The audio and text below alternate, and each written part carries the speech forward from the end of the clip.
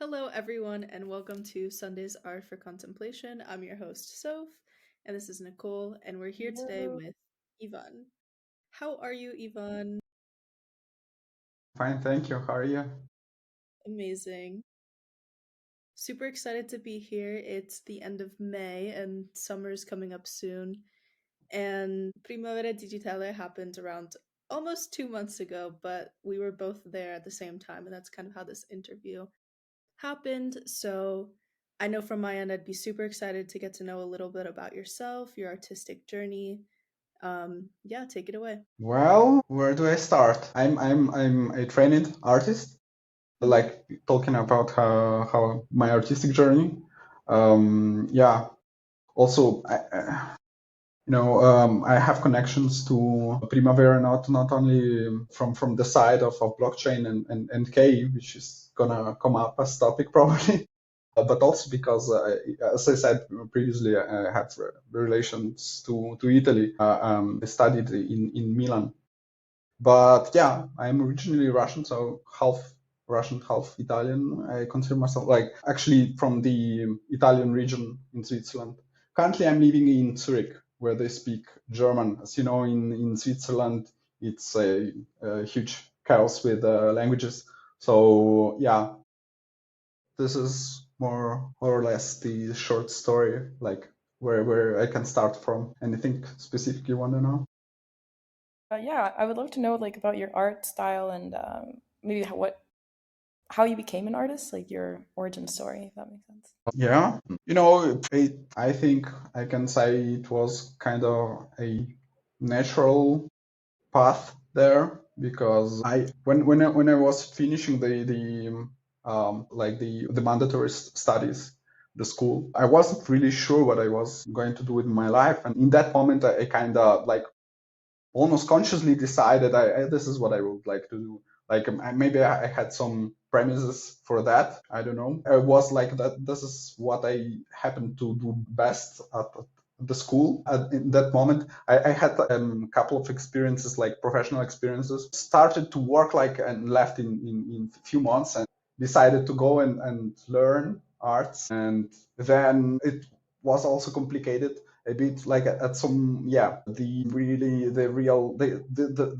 journey which was then concluded was the college in the northern Italy in Varese, it's called the place, and from there it's almost straight to Milan and the Brera Academy. I know that one of the artists that were in the show I learned today tell me I can't recall the name anymore, but there is somebody who studied there, right? So anyways, yeah, it's because it's kind of center of mass in Italy. That's an important school. Whether it's good or not, that's another topic. But this is where people tend to gravitate toward. If this is the kind of things they do. Yeah.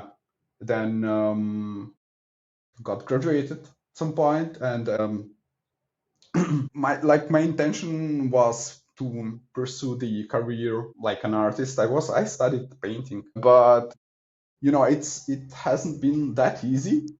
Let's um, say this first of all, and secondly, it was really, I graduated in 2010.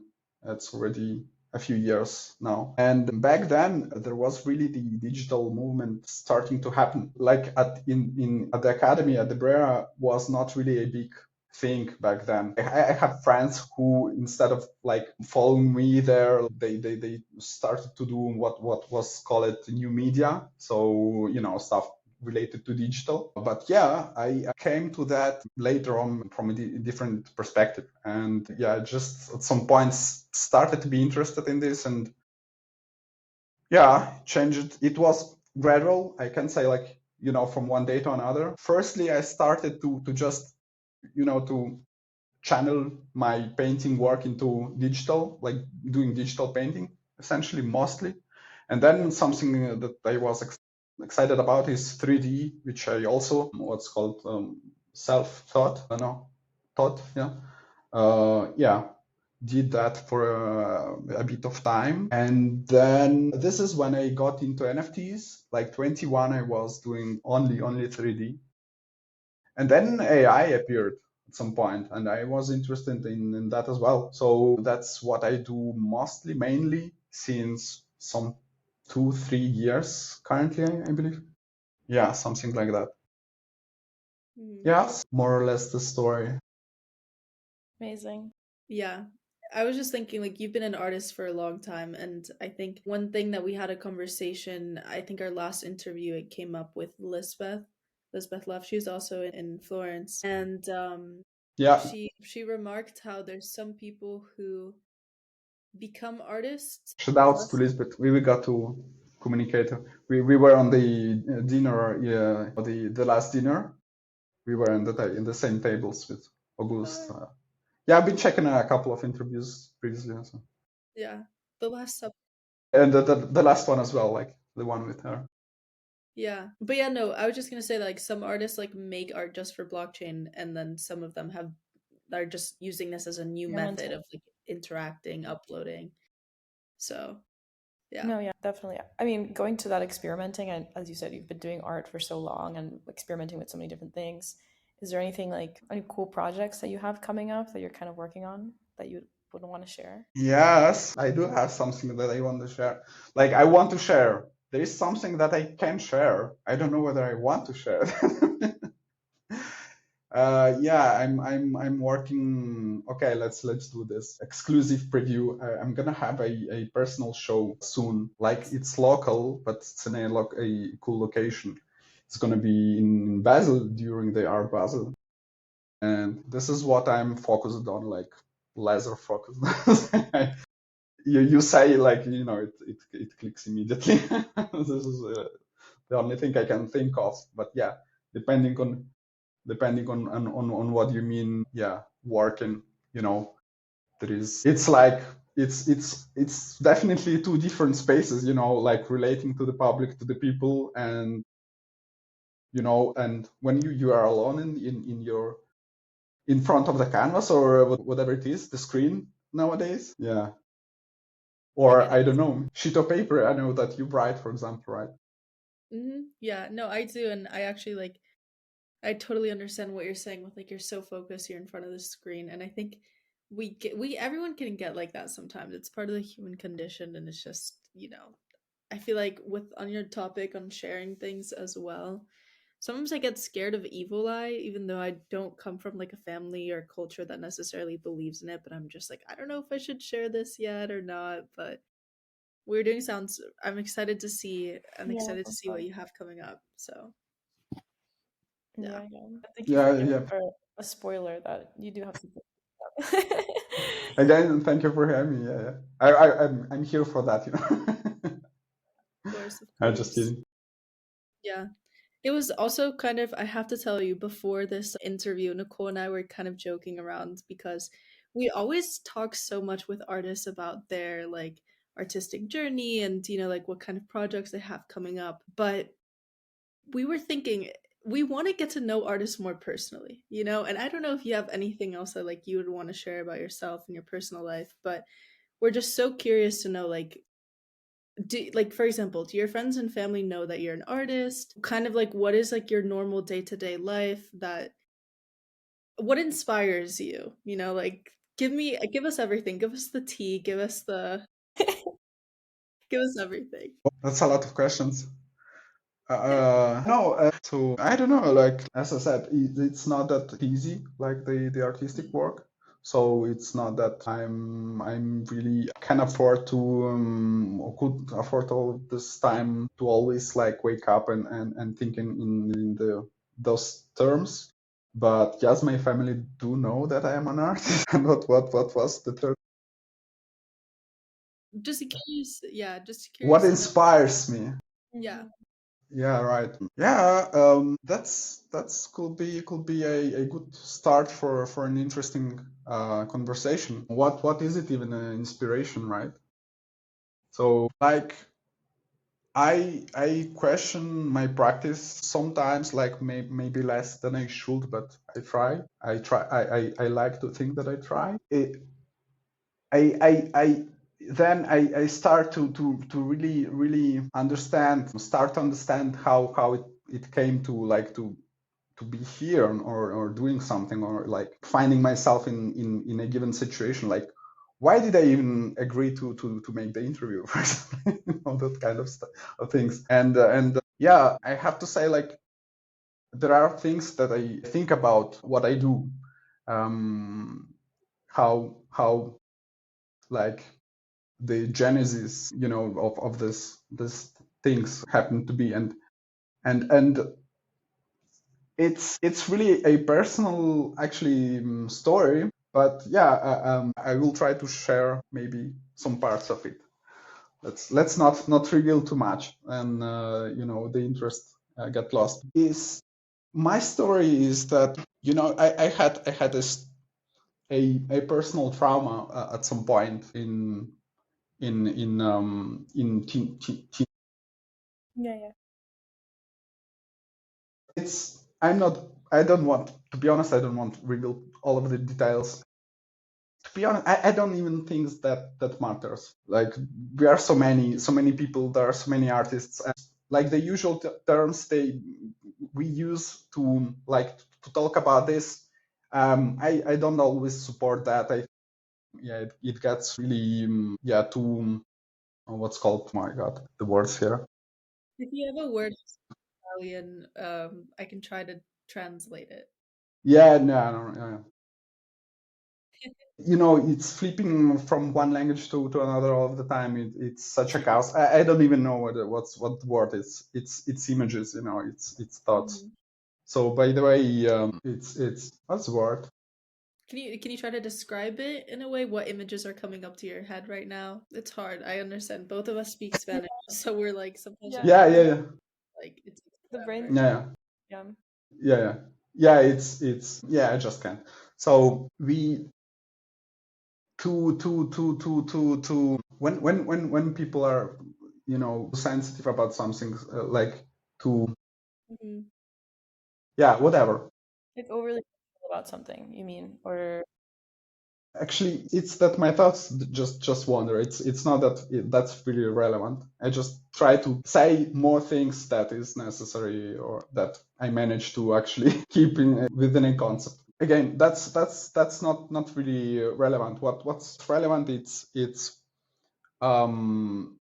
yeah, what we starting uh from from from the scratch. There was this experience, like everybody has experiences, right? Which led me to wonder, about whether I perceive like other people, like literally, whether I see things, like whether interface to the world as everybody does.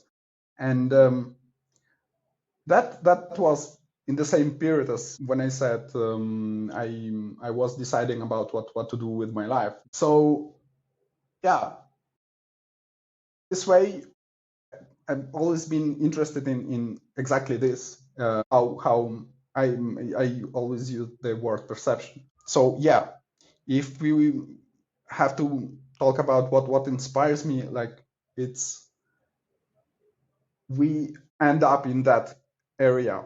It's like, try to not focus on either the emotional side of things or the intellectual.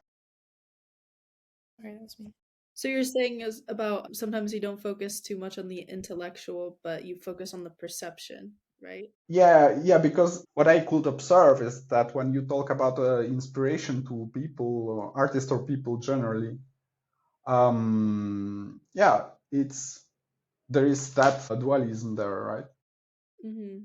So it's one of the two things that end up being focused, and it's not that easy to keep a balance in there between of those two things. Mm-hmm. So I think, to me, perception is something that can include both. So it really gives space as well to the technical side of the practice, as to the emotional side, which is why we are even here in first place, right? So I think we are all human and kind of comparable to some degree at some point. Like, if we just go deep enough there, you know what I mean? 100%. And I'm looking right now at the work that you made for the Libertad exhibition, actually, for Primavera. First, I wanted to ask you, how do I pronounce the title of that work? Because I think it's Painta, but I'm not sure. Yeah, it's just some Zalgo that has been used there as typography, but Paint is the way you would pronounce if And you can you need. tell us a little bit about this work as well? Like, is it within your normal style? Does it capture what you're trying to explain to us right now about duality? How did you make it? Yeah, so um, it yeah, I don't know whether it does. It's a question of how honest I am toward my work, and that I don't know, but I can tell you about how it came to be. Mm-hmm. And is yes, as I said, I'm using AI. So this is the piece here is AI, but I stopped to use what's called raw AI, which means, I don't just take and generate things. This one is kind of digital painting process behind the work.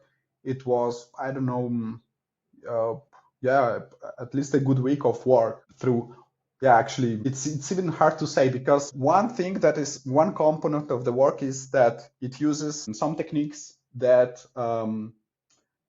like based on custom material. Here I was working a lot with Midjourney, about the Mm-hmm. platform, probably. Yeah. That was when I was doing this, they just they continue to add features there. And the thing with AI is, this is something that I think it's important to mention, because people who are not really into it tend to simplify the things and think in terms of either bad or good, like. Right. But it's also true that from the very beginning from the birth of day of this technique, there were points of contact to traditional art, and that is like, the first well-known model that came out was DALI some 3 years ago, I believe. There was like a boom back then, right? So I started with to be interested in the field not that soon, but a little bit earlier, and at the times of disco diffusion, if somebody knows about that. And it was really the AI that it's not really capable to to do whatever you ask it to do. It was like just weird stuff. You remember the pictures made of eyes from the Google? Always hated that one, but then they came a few bit better models. And what did DALI is first making, like, using the diffusion technique, which allowed for the first time to obtain really coherent images. It was really like, I want a girl, I want a man to be generated. This is what you got. And then, really shortly thereafter, they introduced what's called outpainting. So in-painting and outpainting. And what that means is the ability to regenerate part of the images, and outpainting is specifically generating outside of given frame, image. So one example, the example they made when they launched this model was, or this technique, was the girl with the pearl earring by Vermeer. Yeah. And they outpainted like the interior she was in.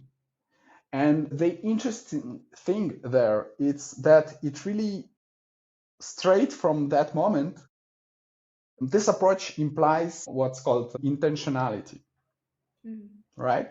Because you really, it's like, it's just simply mathematically, you decide where to go to outpaint, or which generation you combine one to. It's two random generations, but it's your decisions to keep them together. Mm-hmm. And straight from there, it's already a creative process. Like, it's different from just going and doing like AI slop, what they call, it. So yeah, this is what I started to concentrate more on at some point, like in the last probably year or more. I only do that, like, I don't drop almost anything of the raw AI, just the basic generation. And yeah, but then again, you can work in other media, and especially with this journey, what I was going to tell they introduced also this person, personalizing feature, which is there are different techniques, and it's mostly usually it's just patching the model. It's like focusing the model on some things that are already present there. You can also train models. I did train some models on my own like 3D work, for example. I've been dropping a lot of that on Solana, on Exchange Art for a period. But yeah, there are some simpler techniques. You just put in images and it understands what it has to focus on inside of its like current system structure to give those results, like to output those results. And I used that feature together with my own painting work from 10 years ago. And this was what this specific piece is about. It's about this sides of the technical method. But yeah, just to quickly touch upon what's the relation to this perception thing we were talking about, and the dualism of technical and right and like intellectual and emotional is, like it's we can start from with saying that that's a really interesting approach, the AI in itself. Like, I know people who really build their own models. Like, this is not something I do, like not that technical. I did something else, like I built apps around existing models, for example. But it's not about that. Like, it's not necessarily about like being first or being better or the best in something. But the concept itself behind it, I think that's really interesting at very least. And yeah, it really, I think what's the word again? It's relevant probably for everybody. And that is how we even operate, like what's the idea behind it. It's not just the how they work, which is also interesting, but the fact, for example, that they couldn't exist without, or they couldn't exist in the form they exist in without what we have for them as a context. And here I mean the internet. And like I was watching, as I said, the other interviews you did, and there is something interesting that I heard being talked about. That's the globalism, this idea. Yeah, this is what this is about. Like, what is, again, what is NFTs and Web3 and blockchain? These systems that kind of reflect that issues, I would say. Mhm. This is what AI is for me, and this is the intellectual side, if you want. And Mhm. then the emotional one, I don't know, that one is up to the viewer, I guess. Mhm. Don't want to pull it forever. Yeah. Or go, Nicole, Yeah, go say ahead. something? Okay. No, I find it like very interesting what you've said about AI, especially because like I mean I'm not an artist and I experiment with AI, but it's mostly for like school, like academic papers, writing, not as much visuals. But I did want to like ask you, since you know so much about this, and how you think it might shape how artists. Sentimental is the word, sorry, but this is how my brain works. People get sentimental. Yeah, yeah. Anyways, I got you. No, I just wanted to know like how you think AI is gonna shape the art world and how artists experiment and create new things. yeah, I don't know. What do you think about? I mean, I think that this is kind of like a question that me and Nicole have been talking about for years because she understood AI and how AI art was produced way before I did. And for me, it was constantly like a struggle to understand how, if we have something in front of us that is creating an artwork and an artist is just sort of like letting them do it, how can they assign credibility to themselves and not the platform, right? But then as I'm starting to get to know more artists, more artworks, more styles, um, I've understood what you're saying here, that it's about the prompting, it's about how the artist itself decides to make a decision between keeping, the outpainting and not. and putting this certain piece together with that one. And I don't know, at the end of the day, I've understood that AI is a tool. And from my personal experience as well with writing, especially with my entrance into like AI and writing kind of is from the academic perspective, in which, you know, like me and all of my peers in class like do use AI to write papers, right? Like it's a reality now. Our professors do it as well.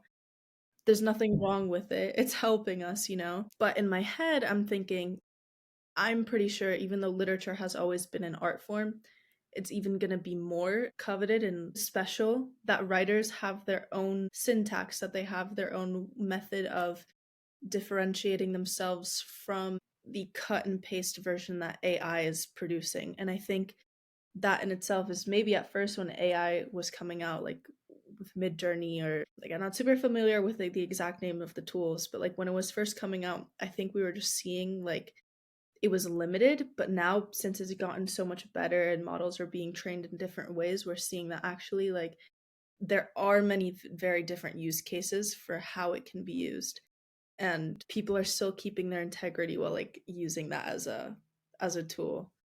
But Yeah.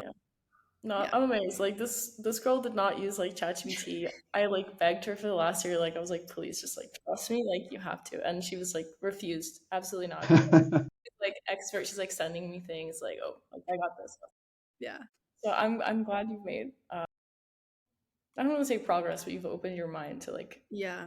different I'm just things. I was very skeptical from the beginning, and I think there's a certain point where just me as a writer, I will never let it from now touch like my poetry, my writing, because that to me in itself is something that I think is very very me, but in the sense of as a tool to create something else, I think it's like it's just it's very different from writing to making an artwork. You know what I mean? Those are two very different AI things at this point now, I think. Yeah, but you could always like train like a system on your like writing style. I'm still skeptical about this one. Yeah, I mean, I'm So not. it's controversial to the bones, right? Yeah, I think it's controversial, but I don't know. I No, also like it's not controversial. I think it's just like what you want to do with it. Like you said, and how you do it. So if you're like, okay, I don't want to use it for my writing, then you don't have to. Like it's not necessarily controversial. It's just not what you want to do. yeah, I mean I still think it is controversial in the sense that it's like if you input it enough. I don't know, like that's I'm also coming from the Leo perspective here, right? Where like backstory, like a little bit of on the history of protection of artworks. In like 1886, the Berne Convention protected moral rights and economic rights, right, for artworks. Moral rights is that the second that you create an artwork, you finish your piece, no one will ever take that idea away from you as an artist. Like you created this work, it's yours, it's original, it's unique. No one else can take the credit for it, right? But all of a sudden there's like a different brain that came into fruition that's not a human brain, it's an AI brain, if that makes sense. So yes, all of like this AI brain is getting trained by all of us like humans that have or artists, right, that have their own moral rights, but it's coming up with its own things, and it's just like how much of the right of what AI created can be attributed to us? Like at one point is it just that, do you understand what I'm saying here a little bit? The why it's a little bit hard for me to grasp from AI, how much of what an AI produces, even if I trained it with fully like my writing style, everything, I wouldn't feel comfortable with it being like Your own, like taking 100% my ownership over, own. Yeah. like taking ownership over something that was artificially created Yeah. by something else. Okay, I can And I see think that. there will be different ways to ascribe it. You'll say like this was an AI produced piece, or it was used with a tool of AI, just like we'll say like, oh, this was used with marker or any other tool. Medium, yeah. Yeah. But I mean, we're definitely gonna see like what happens with crediting AI because even like for our thesis, like I was like, what? I think now it's really visible how controversial it is. yeah. Yeah, I Mhm. think people just don't understand, and there's no like it hasn't been around long enough for people to make like I guess like social norms towards it to be like, oh, this is acceptable and this isn't. So everyone's just kind of like all over the place. Like that's what I was saying with like for even academic papers, like like we're always told like, oh, like cite if you use AI, but it's like, okay, but if I cite and I use AI, then like are you gonna grade me differently, or like Exactly. will it take my credibility away as like the writer of this paper? Like, and because yeah, like there's just no like Well, general understanding of how it is, Like I think it's it's also like I read an article about it very recently where this student who I think had just graduated, right? And ChatGPT came around when we were in our last semester of our second year, I think, right?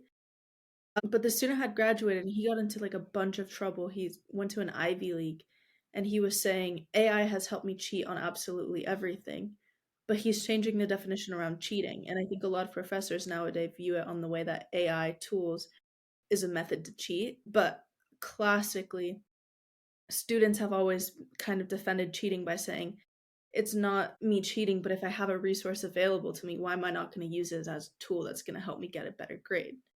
And it's just like that's the same thing with AI, is that I think at first it's been viewed as a way for people to cheat academic papers, to cheat in creating an artwork, and to cheat in whatever you can make. And instead of doing that, like we're really witnessing how it can complement the human experience, so to speak. But yeah, I think, I don't know, AI is always going to be, if it's going to be trained by things that we input into it, I think a lot of the discourse also surrounds the way in which we can say, is AI purely just a technological invention, or is it the product of all of humanity put into like one thing? If that makes sense. yeah, definitely. But I don't know if you have any comments on that, because I mean I can just keep yapping. Yeah, go ahead. I mean, it's yeah. It's not that I have answers to all the questions. I mean I don't think anyone has. I'm glad to. Yeah. Oh, Well, okay. I was seeing something too, like that's very fascinating. Again, just like on my Twitter feed super quickly, but someone just came up with, or they're trying to come up with an AI that is going to act as both a collector and maybe as an artist as well, but it's supposed to be a tool that will help people like in our community. Are you talking about something existing? It's a Yeah, it's project that just came out supposedly. new. Very new. I don't even Not know sure what it now. is, but I just remember reading it really quickly, and their proposal was to make like an AI agent or a collective or something in which they want to make the AI like take the data trained from like everyone in this community to become kind of like a resource for artists, but also for collectors, and then eventually to collect itself. And Mm. I think that's really cool. Hmm. Yeah, Yeah. that's interesting. Mm. I don't know. There is something that came out of you recently somehow. I'm not sure why. There was this feature like object had integrated, and I think it remained the only marketplace with it. Search by within an AI model. So you just look for images and it finds similar, but not using the metadata, but Mm. by really training on the things are in there, so it really it understands better your requests. And yeah, I think that's maybe Yeah. pro AI rather than against it. Yeah. Yeah. But I mean that's kind of like going back to what I was saying, like you like AI is there, but if can it like really I feel like it's there's still like certain like human ideas that I feel like only humans can come up with because they haven't ever been thought of before. So an AI can't copy it, if that makes sense, or copy it, but like use previous knowledge to create an outcome, right? So like this idea that you just said, so like I don't think Hmm. an AI would have come up with that. So even if it's using AI, like the ideas, like how you imagine, like how humans can imagine to use AI, like it just creates like a wider like range of possibilities for humanity. But like it's not necessarily like unoriginal anymore. Hmm. Like the quality of like the content, like you said, it gets better, but there's still like ideas behind it that an AI couldn't have come up with by itself. Yeah. Well, I think it's just kind of like an assistant that knows everything and it can give you the task completed to you in like a minute, you know? but it's just like it's up to you to decide like what task I want. And I think that's maybe where it is. It's just like what effort am I gonna put into actually like what do I want to waste my energy on, basically. I don't know, and maybe waste is not the best word, but I think it's also all of this conversation is also a testament to like going to talk about the foundation a little bit here, but our main focus on the foundation is to promote like education on emerging technologies, and we're specialized in digital art because of course all of these artists like yourself are used to experimenting, and I think for the traditional world there's a lot of delays because people like things like very cut and paste, and so artists kind of put themselves on the forefront because they let themselves experiment with fun, and they a lot of you guys are very also technically able and very like yeah, capable and like just have a lot of expertise. And I've had so many conversations with artists and I'm like, I didn't even understand that you could adapt your brain waves to make this piece. That seems like something a scientist would come up with. And so I don't know, I just think that's interesting that right now art and technology is inextricably intertwined together. And yeah, I think both of them right now, like technology and art, are both at a space where it's so abstract. So maybe that's why it's coming together. So Yeah, I see what you mean. Getting way too Ah, much. we're getting very philosophical over here. Yeah. yeah, yeah, Then I don't know if you have any thoughts on it, but I also wanted to ask you very briefly on your piece that you did for Mallow May, because I think yeah. you were you the first one that was exhibited. How do you feel about that? And congratulations, by the way. Thank you. Uh, Again, a good question. Well, I personally, I don't really feel like NFT space is doing really well. This one event, it's really it's something exceptional for how I'm doing currently. So I'm absolutely glad for that, and yeah, the work the guys are doing, and even the credit that they give me by giving me the opportunity. So yeah, I mean, and of course to all of the collectors. But I also have to say that it's really a lot of artists who've been collecting. Somebody I don't know who they are, but like I can really say that it was a lot of artists. Yeah. I feel like it was the big majority. And I don't think that's really a sign of health for the space. Like, sorry, I will be frank here. I love this space. I found so many friends. Like I was not existing before NFTs appeared. Like because I was really this guy who, was selling paintings but decided to do digital art when nobody cared about digital art. So the Web3 gave me everything. Mm-hmm. And because of this, I think it worth mentioning that we need some change probably. I don't know. It's not really working, to be honest. And because I don't think this is the way it should work, because like I support Malu. They do like they really came when nothing existed anymore from a certain angle of view, and they're doing great work. I mean, I love the platform. I love the fact like they're really the only one platform like actually exchange also introduced Ethereum before that, but they have now Tezos alongside with Solana, and they really want to expand there. And I think this is the way to do things. Yeah, but if this is how they work, it's artists giving money to the platform, and not that they don't deserve it. Like they do work, and it's great. I mean, they are trying to push a message out there. I am Right. totally on board there, but it's not helping the artists, Yeah, right? I understand. So the thing is, it's like it's just not sustainable. It's not that this is something like what's the word, Maybe. inherently that's the word, but there needs to be a sustainability. So we need to come out of this vicious circle and try and to see what's beyond the context, to see the bigger picture, because that's the only way to to really there is a lot of optimism about blockchain and consequently NFTs and like blockchain art, like crypto art, what they call. But is it really that again, like real? What's the word? Fight. Mm-hmm.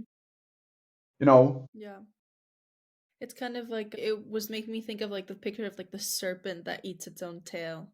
And robbers. yeah, I think so. Yeah, no, yeah.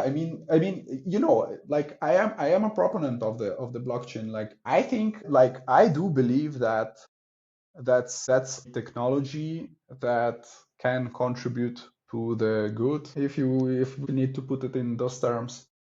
But it's also true that there are bigger issues. Mm-hmm. It's again, it's about the context. So like this the same thing as with AI. It's not about the thing itself, it's about how you use it. And the same is here. Like it's not about getting back, and it's not about, it's not Tolstoyanism. We don't have to get back to the nature. It's not that message. But yeah, what is it then? Yeah, no, definitely. I think, yeah, here lie the big questions, about what we do as artists and participants to this space. This is what I think. This is exactly what the other may, you know like they have an advantage from. Like this is what we can contribute to the world. Mm-hmm. Like first of all, the art world. We know the laws, and right, the rules, how it works, and we are really making the change here. And it's not just about, it's like what August was saying. It's really that simple. It's like it's just about being like the world we live in, like the digital medium in it. Simply that, right? So yeah, kind of yeah, taking it really really simple from there. Yeah, Yeah. this is a bit my point of view. This is how, yeah, this is the change I lived from, from wondering what is art at all, to starting and asking myself what is the most appropriate way to approach art, if you will. Mm-hmm. Yeah. So I think from my perspective, of course I've never studied art formally, but I think from the very outside, there's always been a very black and white perception of art as like maybe as a career. It's always been, I feel like, artists as a luxury brand almost, where there's some artists that are making millions and millions of dollars off of their work. And of course I speak to the traditional art world. And then there's like the trope of the starving artist. And you know, from the outside I think that the stereotype of the dichotomy between the two, it's I never understood why it's so extreme. And I think this is kind of like a little bit the same thing that's happening with the Web3 space, is that you all of a sudden in 2021, like you have artists like Beeple, which everyone cites for like the extreme high of the space and digital art, Web3 art, on-chain art. And then all of a sudden now, like you see like the volatility and the crashes, and a lot of people just aren't selling their work, and it kind of falls down to like that starving artist trope again. And it Yeah. seems like to me maybe, you know, there isn't this in between, or like again like you're saying, like there's a sort of like a very, at least in the traditional art world, there's a lot of investors who are coming in and buying pieces that aren't artists themselves. But now if there's like a circular economy that's occurring within the on-chain art space, it is a little hard because you're saying like, why isn't this sustainable? And I think there's gonna be a solution for this, but right now it's just I think for everyone, you know, it seems like a problem and people are just noticing like the problem and it's like I know there's gonna be a way out, but how do you not get down? And it's a very hard it's weird to have to think about things so economically sometimes and think about like, is this thing Yeah, survive? yeah. Yeah, I mean, I was gonna say, I feel like, I agree. I yeah, mean, like 100%. the issues we see in like the Web3 space are just, or like in the art, like digital art space, is like Mhm. it's like a translation of like issues that already exist in the traditional art space, which is like there's always been like speculation in art. But I think the difference and why it's like maybe the Web3 space is getting hit a bit harder, where there's not as many like investors in art, is because it is so volatile and constantly changing. Like, I don't know, if you were to invest in an art piece, like a physical art piece, I mean, it is volatile as well, but like it's not gonna crash like from one day to the next, or at least that's not how people, maybe it might, but it's not how like art investors like see it. So maybe like that's why there's like, Um, I don't know. my issue with this, like, yeah, I do understand there. All of these aspects probably do influence these things. Like, definitely they do. But what for myself personally is a big issue here is what happened actually since the 2021, because it's not that, like, there are no collectors at all. There are collectors. It's not that there is no art at all. There is art. Mhm. It's not that there is no good art. There is even good art. But if you start to like see it statistically, which I didn't really do because it's not that I really, yeah, I didn't do that. But I can tell what the feeling I got from what was happening around me. Yeah. Like, a lot of people who actually do like relevant things, they never like really what's called made money by selling art, but their things are a lot more art than a lot of things that are sold as art, or proposed as such, and who came to the space and left it already. It's a bit of a pessimistical standpoint, but this is the impression I got. Like, there are some such cool artists that, yeah, just do other things now. They yeah, went elsewhere, and yeah, take it as you like, I guess, because I wasn't like before the advent of NFTs, I didn't even know about the existence of the space. Like, I was like, fuck, I'm the only one in this world doing digital art. Fortunately, it's not the case, right? So I don't know what's going on there, but yeah, I think it has really to do with these bigger issues. It's like there are ways we define things and the actual reality, and that is what it is about. Yeah. I think maybe it also just needs to be like marketed in a specific way because at the end of the day, it's something cultural as well. And I feel like people, maybe right now, they can sense that there's a lot of people that are really maybe tied down to the fact that like this space kind of feels a little abandoned. Although it's weird because it's like it's an online thing, it's not tangible, but we just need to kind of like create the hype over it again and make it something that's like fun. Yeah, to me, this is a cultural thing. It's really that, it's like, we got to fight. Like, maybe that's a strong word, but if you think about it, like just let's take a moment and try and analyze what's going on. And thing is, one important part of the art system at large is the institutional support.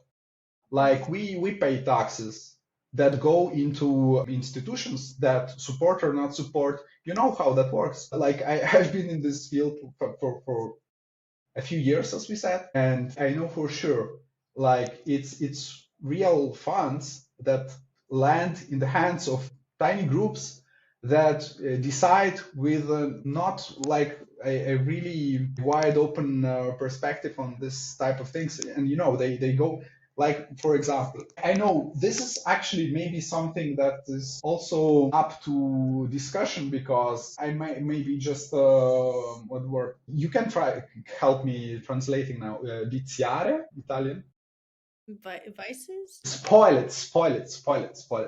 Me as a Swiss guy, I might be spoiled in the sense, but we have, like, here it works that on the level of the whole country, or here there is the system of regions who decide a lot of things by themselves. It's cantons, it's like states, and it's mostly the funds are decided on that level. Then, yeah, also the municipalities, like the cities, also do that, but mostly, yeah, this middle, like, there are 21 cantons in the country, which is small. We are 6 millions, right? So in this world, we're nothing. In Spain or in Argentina, are you from? Yeah, both. Like, this is bigger places. But yeah, there's Russia. Can get back there. So they have budgets to go and buy artworks, and this happens because they have this like cultural program, which essentially states you have to spend that amount of money on. Mm-hmm. But it's not something that you can apply to. So you really can, go back there and start and see that there is actual people, like concrete people that make decisions. And how does that work? You got to, we call it vitamin B here. It's because the German word is Beziehung, which means relationship. You have to have the relationship vitamin. Yeah. Yeah, and yes, this is, I don't know, it might be big numbers or not that big, depending on, on which of the many universes in our multiverse we observe. But I think this is where we have to start from, because this is our reality. The world is so big today, Yeah. that we can't really take, like and solve anything on the big scale. We need to stay in our little garden. Totally. And I think, I don't know, one thing just like popped up into my head too, that with art being supported through institutions as well, I think another big thing that I think of is like in the US, the reason why there's such a big market is just because it's tax deductible.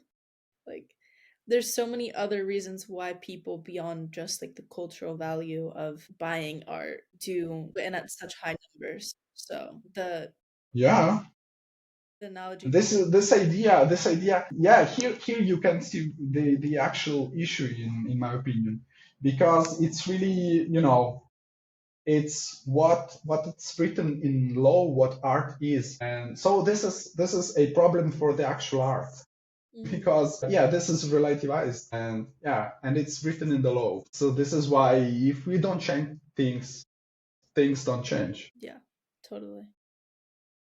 Time to start a revolution, guys. So let's go. Well, yeah, I'm actually feeling like I have so many thoughts now in the back of my head. AI, art market, revolution. Yeah, this is just the beginning, right? This is just the beginning of the conversation. Yeah. Exactly. I mean, I think something about like Web3, even though it's not perfect and it's kind of in the decline to arguably, but I do think it does offer an alternative. And since it's kind of everything is up in the air, at least it's something that like the community can still has the potential to influence and build how it wants it to be. Where I feel like looking at, like you said, like these traditional like laws and art markets, like they're so established that like changing it is so difficult. And I don't know if that's even like possible. But my hope lies in the fact that like That's a good point. Absolutely.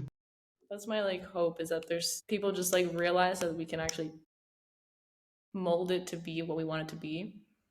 But we'll have to see if people come together to actually do that and not just let the opportunity go to waste. Yeah. Wait and hope. Yeah, wait and hope. You got it. I say that. Yeah. before you did. Yeah, so you're part of the inner circle now. You Yeah. got us. You're part of the revolution. Yeah. Well, I think that's a great place to end the conversation for now. Maybe if we do start a revolution, you can be back here in 2 years or however long it takes, and we'll talk about how successful we were. Yeah. I have knowledge of Molotov bombs. Yeah.